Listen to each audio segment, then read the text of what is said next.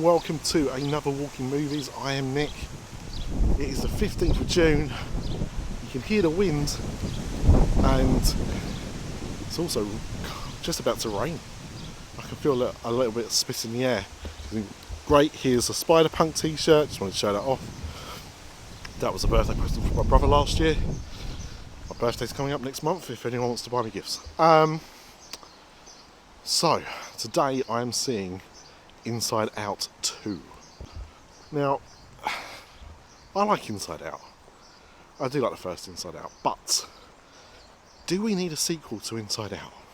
That's the question. There was a really good short, which I guess was on the home release, called Riley's First Date, which was really enjoyable. Even though it was a short, it was particularly funny. But I never saw the first Inside Out. I thought, I need to see what happens next. What happens when they get older and everything like that. But in some ways, that's a good premise for a sequel if you're gonna do one. And the question is it going to be more Cars 2 or Toy Story 2? Because that's the problem with Pixar sequels, is you're never quite sure what you're going to get. So how's it going to be? That's the question. And I saw the first trailer for this film. That's all I've seen.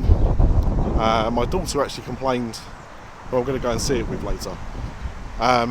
She complained that she's seen too many adverts, heard too many clips on the radio for this film. So she feels that she's kind of seen it all already. That'll be interesting to see what she thinks afterwards. But yeah, I'll be meeting my wife and my daughter. We're going to go and see it together on my way there now. But yeah, I'm looking forward to it. So I did genuinely like the first Inside Out film, but how am I going to find a sequel? And there's only one thing that's annoyed me about this film, and that is the casting, because Amy Poehler is back as Joy, Phyllis Smith, Lewis Black are back as Sadness and Anger, but Fear, is it Fear or Panic? I think it's Fear, but was Bill Hader. He's not back for this sequel, neither is Mindy Kaling as Envy. They've been replaced because basically they got lowballed.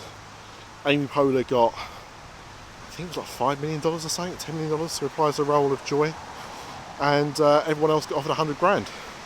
So they walked away, and I don't blame them, because they're good actors and you got to know your worth sometimes. So I'm annoyed about that, and that's the only thing I'm going to this film with that annoyance. But what do I think of Inside Out 2? I'll let you know in a bit. So, I've now seen Inside Out 2, and it's going to rain in about 4 minutes apparently, so I'll try and get this done as quickly as possible. So, I said at the beginning, is this going to be a Cars 2 or a Toy Story 2? It is most definitely a Toy Story 2, I'm really pleased to report. Inside Out was a film that I watched quite a lot when it first came out. My daughter, whilst not understanding the main parts of the film at her young age, really liked watching Inside Out. So it was on quite a lot, and later my son did as well. He used to get very emotional, he used to cry. So I've not seen it for quite a while, but I think I prefer this film. I think this is a better film than Inside Out, which is not something I thought I'd be saying, if I'm honest. I had hoped it would be as enjoyable as the first one, but I didn't expect it to be, or to think that I come out of it feeling that I enjoyed it more. So the fact that I have is a shocker.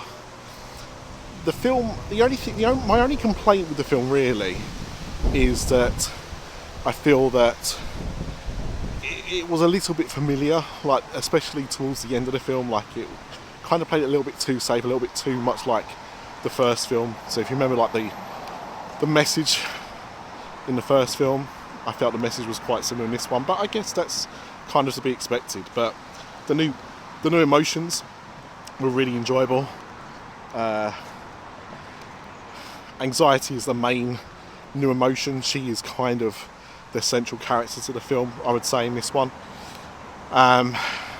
Played by Maya Hawke, who you would recognise as Robin from Stranger Things. She's really good. I believe she's a fellow ADHDer, so anxiety is something very familiar with us. Anxiety is obviously something familiar with lots of people, but it seems to affect people neurodiverse in more extreme ways, and you definitely see that play out in the film. It definitely felt that the character was written by somebody that either, you know, knows it very well or has done plenty of research into how people feel about having extreme anxiety.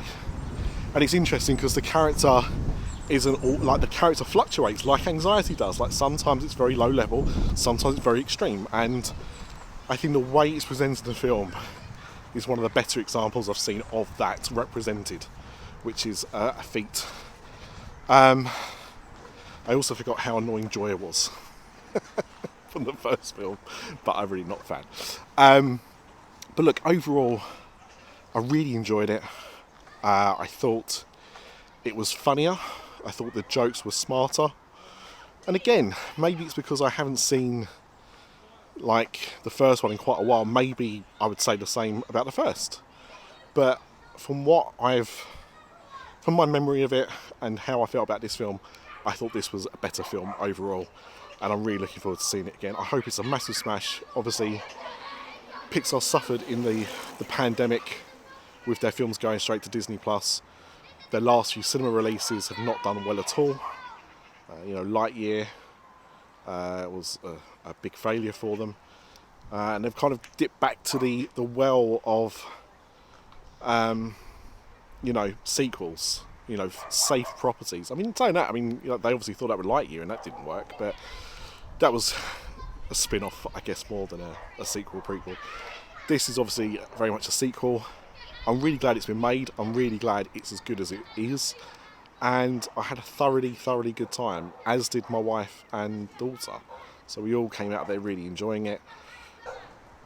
So what I'm going to give this as a score, it's my old friend 8.5. It's very close to being a 9, and maybe that will change on further viewings. But immediately, yeah, it's an 8.5 out of 10. Really good, better than I expected. Really happy to have seen it. And you should too. Should you go and see the cinema? Absolutely. Like, Pixar need to know that people love their films, and they deserve more than just being stuck on Disney+. So do go and see it. I would imagine this will be a long time coming to Disney+. That would be my guess, but I obviously don't know. Films have been taking longer to get on Disney+, so I'm hoping that this follows suit, and I'm hoping it's because it's a big hit and it lasts a long time in the cinema. But yeah, go and see it as soon as possible, because it's a really good film. Don't see it at 3 o'clock on a Saturday afternoon with loads of kids, because they need to go to the toilet and parents keep needing to explain stuff to them, and some of the parents are very loud in their explanations. But do go and see it. It's definitely worth a watch, and very pleasantly surprised. So that's it. Thank you for watching this, and I'm not sure what's next review wise. Probably A Quiet Place, Day 1. That will probably be the next one. But the only way to find out for sure is to like and subscribe, follow the podcast, and I'll see you for the next one. Until next time, remember that Flynn lives.